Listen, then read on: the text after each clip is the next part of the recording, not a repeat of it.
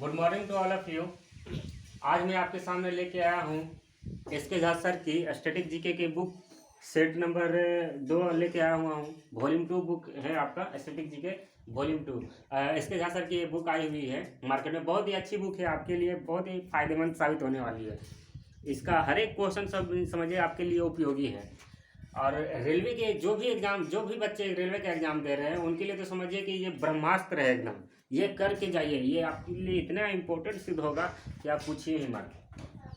तो आज हम लोग सेट नंबर 2 करेंगे। आज सेट नंबर 2 का पहला क्वेश्चन चलिए देखते हैं हम लोग।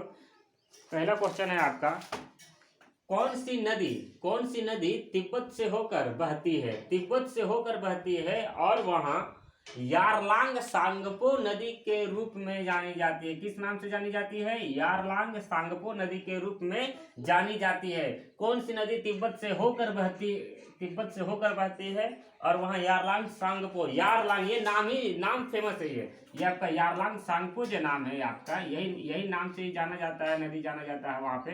तो ये कौन सी नदी है जो जानी जाती है? आपका पहला ऑप्शन है गंगा, ब्रह्मपुत्र, व्यास और सतलज। देखिए एक चीज मैं आपको बता देना चाहता हूँ। ऑप्शन ए मारने से पहले अगर आप पूरा कंफर्म रहिएगा 100% तभी मारिएगा, वरना ऑप्शन ए तो मारना ही नहीं है हमको एग्जाम में। ऑप्शन ए एकदम नहीं मारना है।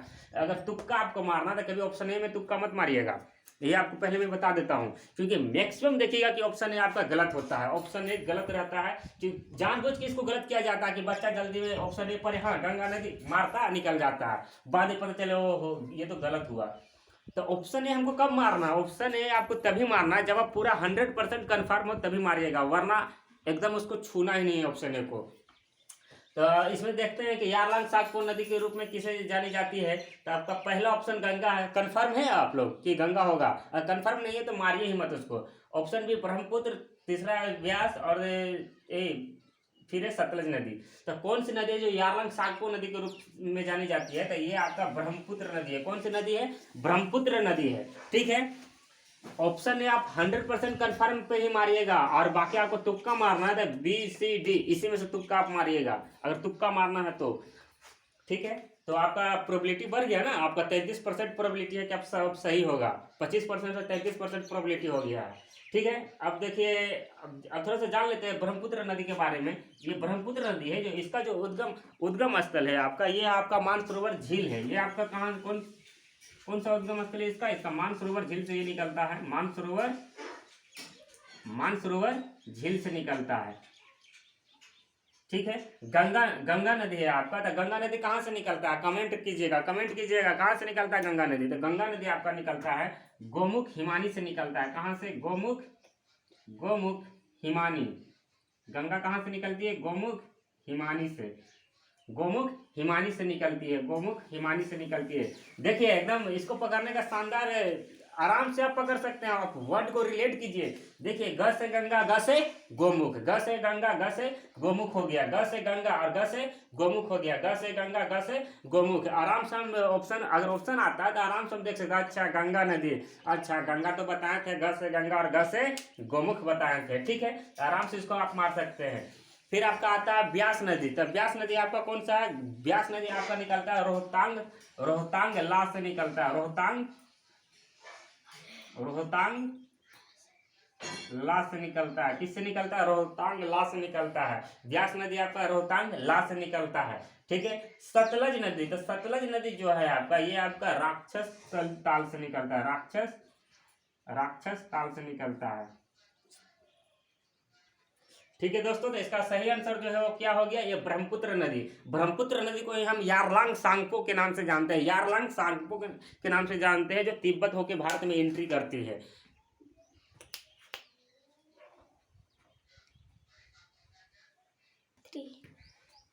दूसरा क्वेश्चन हम लोग देखते हैं। किस राजा ने कोणार्क के सूर्य मंदिर का निर्माण करवाया था? कोणार्क का सूर्य मंदिर का निर्माण किस राजा ने करवाया था? पहला ऑप्शन है आपका महामेघ वाहन, दूसरा ऑप्शन है आपका नरसिंह देव प्रथम, तीसरा वक्रदेव या कुदे पासरी। कौन सा आपका ऑप्शन सही होने वाला है? जल्दी बताइएगा। आपका कोणार्क का सूर्य मंदिर का जो निर्माण था वो किस राजा ने कराया था, ये आपका प्रश्न पूछा गया है। तो ये आपका कराया था नरसिंहदेव प्रथम ने कराया था। किसने कराया था? नरसिंहदेव प्रथम ने कराया था। ये बताइए कि कोणार्क का जो सूर्य मंदिर है वो किस राज्य में है? तो ये आपका जो कोणार्क का जो सूर्य मंदिर है ये आपका उड़ीसा राज्य में पड़ता है। किस राज्य में है? उड़ीसा राज्य में है। और कहाँ पे? लगभग पुरी में है। पुरी से लगभग 25 किलोमीटर का दूरी है इसका, तो इसको पुरी में ही माना जाता है। आपका उड़ीसा राज्य में पड़ता है, आपका कोणार्क का सूर्य मंदिर पड़ता है। ठीक है, चलिए अगला क्वेश्चन देखते हैं। देखिए तीसरा क्वेश्चन हम लोग देखते हैं। ये आपका जायकवाड़ी जल विद्युत परियोजना किस नदी पर बनाई गई है? जायकवाड़ी जल विद्युत परियोजना आपका किस नदी पर बनाई गई है? गंगा, गोदावरी, कावेरी या सिंधु? तो आपका जो सही आंसर है वो है आपका गोदावरी नदी पर बनाया गया है। और कहाँ पर बनाया गया है? तो ये आपका महाराष्ट्र राज्य में है। कहाँ पे? महाराष्ट्र राज्य में है आपका जायकवाड़ी जल विद्युत परियोजना, आपका महाराष्ट्र राज्य में पड़ता है। गोदावरी नदी पे बनाया गया है जायकवाड़ी परियोजना। जायकवाड़ी जल विद्युत परियोजना है ये किस नदी पर बनाया गया है? गोदावरी नदी पर महाराष्ट्र में बनाया गया है। चलिए अगला क्वेश्चन हम लोग देखते हैं। अब आपका प्रश्न है अगला, यूरोप की सबसे लंबी नदी कौन सी है? यूरोप की सबसे लंबी नदी कौन सी है? यूराल, राइन, वोल्गा या डेनियम? तो ये आपका सही आंसर है, आपका वोल्गा है। वोल्गा आपका यूरोप की सबसे लंबी नदी है।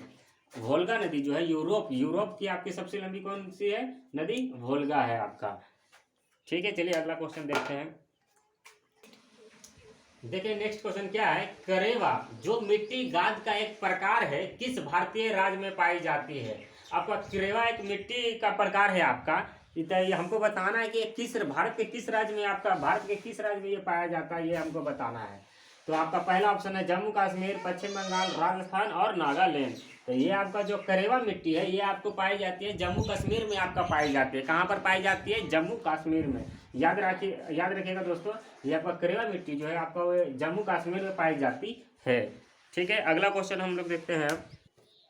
नेक्स्ट क्वेश्चन है आपका, यजुवेंद्र चहल किस खेल से संबंधित है? तो शायद इसमें तो किसी को कंफ्यूजन भी नहीं होगा कि यजुवेंद्र चहल किस खेल से संबंधित है। तो आपका यजुवेंद्र चहल जो है वो आपका किस खेल से संबंधित है? क्रिकेट से आपका संबंधित है। ठीक है, चलिए अगला क्वेश्चन हम लोग देखते हैं।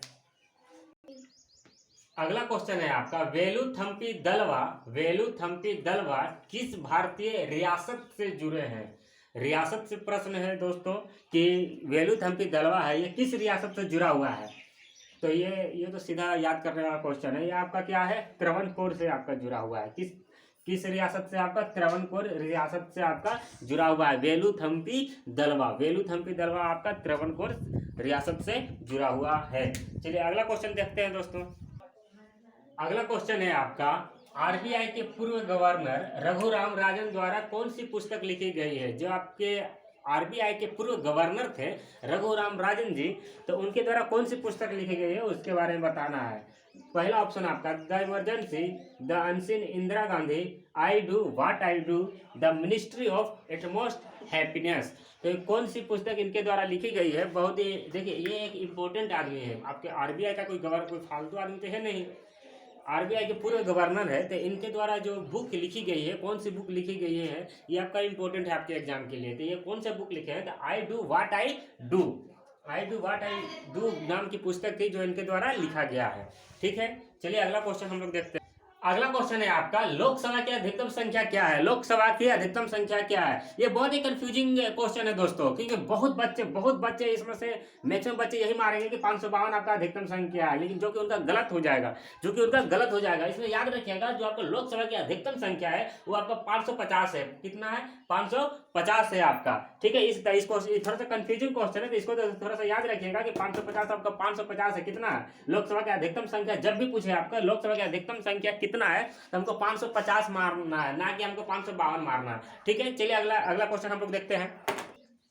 अगला क्वेश्चन है आपका, पगलरिया बांध परियोजना किस राज्य में स्थित है? क्या पगलिया बोल दीजिए, पगलिया बांध किस परियोजना किस राज्य में स्थित है? तो ये आपका कौन से राज्य में स्थित है? पगलरिया बांध परियोजना किस राज्य में स्थित है? आपका ऑप्शन है असम, मेघालय, नागालैंड, पश्चिम बंगाल। तो देखिए ये सब नाम है ना, जो ये सब असम और अरुणाचल प्रदेश में ज्यादा चलता है, नहीं तो आपका साउथ में तो म से लास्ट होता है, जो भी नाम रहता है साउथ में, वो पटरावाकम, केटू, मलयालम, बहुत सारा मतलब म से लास्ट होता है। लेकिन इधर वाला नाम जो आपका पगलरिया है, पगलिया सब है, थोड़ा पागल टाइप का नाम, तो वो आपका आ जाएगा इधर पूर्वोत्तर राज्य में आ जाएगा। तो लगभग सारा पूर्वोत्तर राज्य ही दिया है, लेकिन इसको छोड़ के पश्चिम बंगाल तो नहीं है। तो आपका कौन सा आंसर होगा?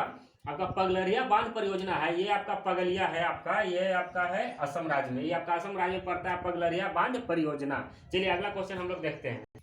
अगला क्वेश्चन है आपका 90 ईस्ट रिज, जो एक अंतर समुद्री ज्वालामुखी रिज है, कौन से महासागर में स्थित है? 90 ईस्ट रिज एक अंतर समुद्री ज्वालामुखी रिज है, ठीक है ना आपका। तो आपको किस महासागर में ये स्थित है वो पूछा है। प्रशांत महासागर, आर्कटिक महासागर, अटलांटिक महासागर या हिंद महासागर। तो आपका जो ये 90 ईस्ट रिज है ना, ये आपका हिंद महासागर में स्थित है। किस महासागर में स्थित है? हिंद महासागर में आपका स्थित है 90 ईस्ट रिज। चलिए ठीक है, अगला क्वेश्चन हम लोग देखते हैं। अगला क्वेश्चन है आपका गोवा पर पुर्तगालियों द्वारा किस वर्ष कब्जा कर लिया गया था? गोवा पर पुर्तगालियों द्वारा किस वर्ष कब्जा कर लिया गया था? आपका ऑप्शन है 1510, 1516, 1512, 1515। तो देखिए इसका आंसर हम कैसे निकाल लेंगे। आपको पता होगा कि आपका भारत का जो सबसे छोटा राज्य है, भारत का आपका सबसे छोटा राज्य वो कौन है? गोवा है कि नहीं? गोवा आपका सबसे छोटा राज्य है। सबसे छोटा, ये क्या है? सबसे छोटा राज्य आपका, सबसे छोटा राज्य है, सबसे छोटा है। अब ये बताइए हमको, जीरो से लेके हमको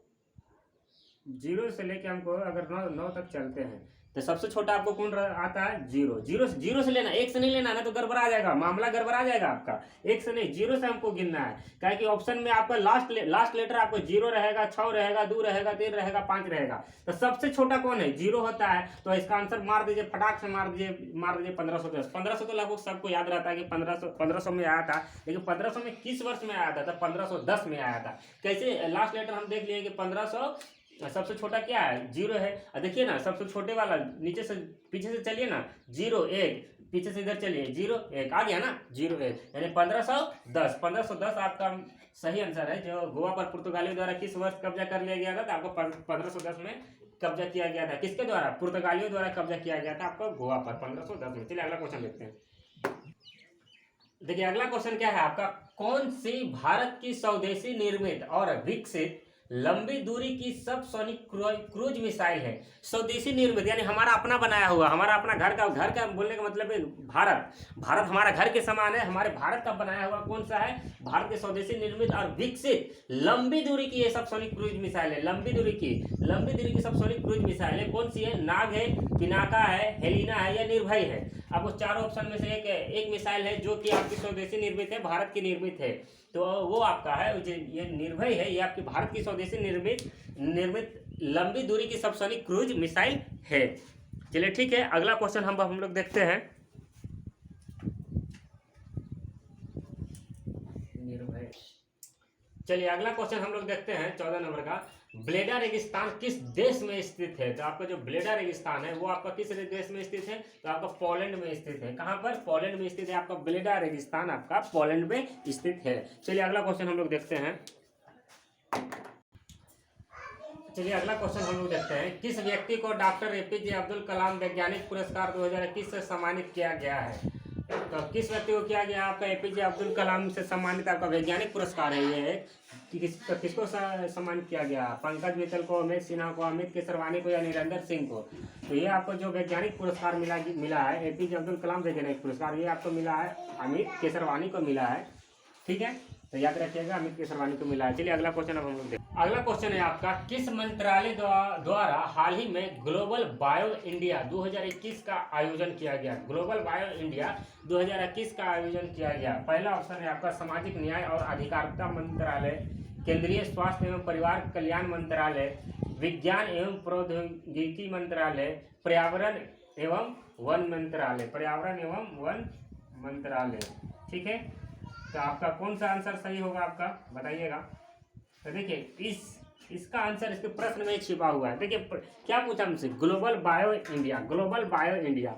देखिए बायो को पकड़िए, ये क्या है, बायो, बायो। ये बताइए बायो आपका किस सब्जेक्ट के अंतर्गत आता है? साइंस के अंदर, साइंस के अंदर हम पढ़ते हैं, साइंस के अंदर हम क्या पढ़ते हैं, बायो पढ़ते हैं। तो जब बस देख लीजिए यहाँ पे साइंस का मतलब क्या हुआ, विज्ञान, यानी हम विज्ञान के अंदर हम क्या पढ़ते हैं, बायो पढ़ते हैं। तो ग्लोबल बायो इंडिया किससे रिलेट कर रहा है, विज्ञान से, यानी किस मंत्रालय द्वारा ये जारी किया गया है, विज्ञान एवं प्रौद्योगिकी मंत्रालय द्वारा इसको आयोजन किया गया है। बस चलिए अगला क्वेश्चन देखते हैं। अगला क्वेश्चन है आपका, महाराष्ट्र सरकार ने किस प्रसिद्ध गायिका को वर्ष 2020 का महाराष्ट्र भूषण प्रदान करने की घोषणा की है? महाराष्ट्र भूषण प्रदान करने की घोषणा की है महाराष्ट्र सरकार ने, तो किस गायिका को किया है? इसका आपका सही आंसर जो होने वाला है आपका, ये जो आपका लता मंगेशकर है, ये नहीं होगा, ये नहीं होगा आपका, लता मंगेशकर नहीं होगा आपका। तो आंसर ये आपका जो सही आंसर है आपका, लता मंगेशकर की बहन है आशा भोसले, उसको किया गया है। आपका महाराष्ट्र भूषण प्रदान करने की घोषणा की गई है, महाराष्ट्र सरकार द्वारा की गई है, इसलिए सोच समझ के मैं जानबूझ के लता मंगेशकर को दिया गया है कि ऑप्शन ए में, कि अभी तो ज़्यादा फेमस चल रही है लता मंगेशकर, कि फेमस जान के हम उसी को मारे, जो वो ज़्यादा फेमस है तो उसी को मिल रहा होगा। लेकिन ऐसा बात नहीं है कि हर बार मतलब कि उसी को प्राइज मिले, जो ज़्यादा फेमस हो उसी को प्राइज मिले। क्या हर बार मतलब महेंद्र सिंह धोनी को ही प्राइज मिलता है? नहीं, विराट कोहली को भी मिलता है, आपका रोहित शर्मा को भी मिलता है। इसलिए थोड़ा सोच समझ के आंसर दीजिएगा। इसका सही आंसर जो होगा आपका आशा भोसले इसका आंसर होगा, जो महाराष्ट्र भूषण प्रदान करने की घोषणा की गई है। चलिए अगला क्वेश्चन देखते हैं। देखिए अगला क्वेश्चन है आपका, जम्मू कश्मीर में दुनिया का सबसे ऊंचा रेलवे आर्च ब्रिज का निर्माण किस नदी पर किया गया है? तो दुनिया का सबसे ऊंचा, बहुत ही इंपॉर्टेंट बात है दोस्तों, दुनिया का सबसे ऊंचा रेलवे आर्च ब्रिज है ये, दुनिया का सबसे ऊंचा रेलवे आर्च ब्रिज का निर्माण किया गया है। कहाँ पर? जम्मू कश्मीर में किया गया। तो पूछा गया कि किस नदी पर किया गया है, किस नदी पर किया गया है? तो ये आपका चिनाब नदी पे किया गया है, चिनाब नदी पे किया गया आपका दुनिया का सबसे ऊंचा रेलवे आर्च ब्रिज। ये रेलवे आर्च ब्रिज है। जब रेलवे आर्च ब्रिज पूछे, रेलवे आर्च ब्रिज पूछे, तब आपको आंसर देना है, क्या आंसर देना है आपको? चिनाब नदी आंसर देना है आपको, ठीक है। चाहे आपसे पूछे, इससे भी आपसे प्रश्न पूछ लेगा कि रेलवे आर्च ब्रिज सबसे ऊंचा, दुनिया का सबसे ऊंचा रेलवे आर्च ब्रिज किस राज्य में बनाया गया है? तो जम्मू कश्मीर में बनाया गया है। इसी टाइप का एक क्वेश्चन और पूछ लेगा आपसे कि सड़क आर्च ब्रिज, सबसे लंबा सड़क आर्च ब्रिज, सबसे लंबा सड़क आर्च ब्रिज किस राज्य में बनाया गया है? किस राज्य में बनाया गया है? तो ये आपका इसका उद्घाटन किया गया मेघालय में। कहाँ पे? मेघालय में। तो दोनों बातें याद रखिएगा। चलिए अगला क्वेश्चन हम लोग देखते हैं। ठीक है, अगला क्वेश्चन आपका है, बजट में घोषित प्रधानमंत्री आत्मनिर्भर स्वास्थ्य भारत योजना के तहत आवंटित राशि कितना है? तो आपका ऑप्शन है 64,180 करोड़, 64,140 करोड़, 64,150 करोड़ या 64,130 करोड़। तो जो आपका सही आंसर होने वाला है वो है आपका 64,180 करोड़ आपका प्रधानमंत्री आत्मनिर्भर स्वास्थ्य भारत योजना के तहत आवंटित हुआ है दोस्तों, 64,180 करोड़ रुपया। चलिए अगला क्वेश्चन अब हम लोग देखते हैं।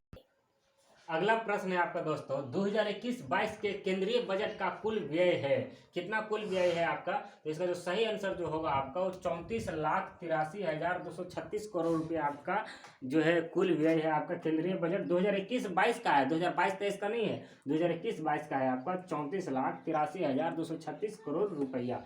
इस प्रकार आपका एसके झा सर बुक का स्टैटिक जीके का सेट नंबर 2 हम लोग कंप्लीट कर चुके हैं। बस आप लोग का प्यार बना रहना चाहिए, इसी तरह से हम आगे भी सेट कराते रहेंगे। बस आप लोग चैनल को लाइक शेयर और सब्सक्राइब जरूर कीजिए दोस्तों। आपके लिए बहुत मेहनत हम कर रहे हैं ताकि आपका स्टैटिक जीके बहुत ही अच्छी तरह से मैं ख़त्म कर पाऊँ, ठीक है। इसके लिए आपका ज़रूरी है कि आपका प्यार बना हुआ रहना चाहिए। तो चलिए बहुत बहुत धन्यवाद लेक्चर को देखने के लिए।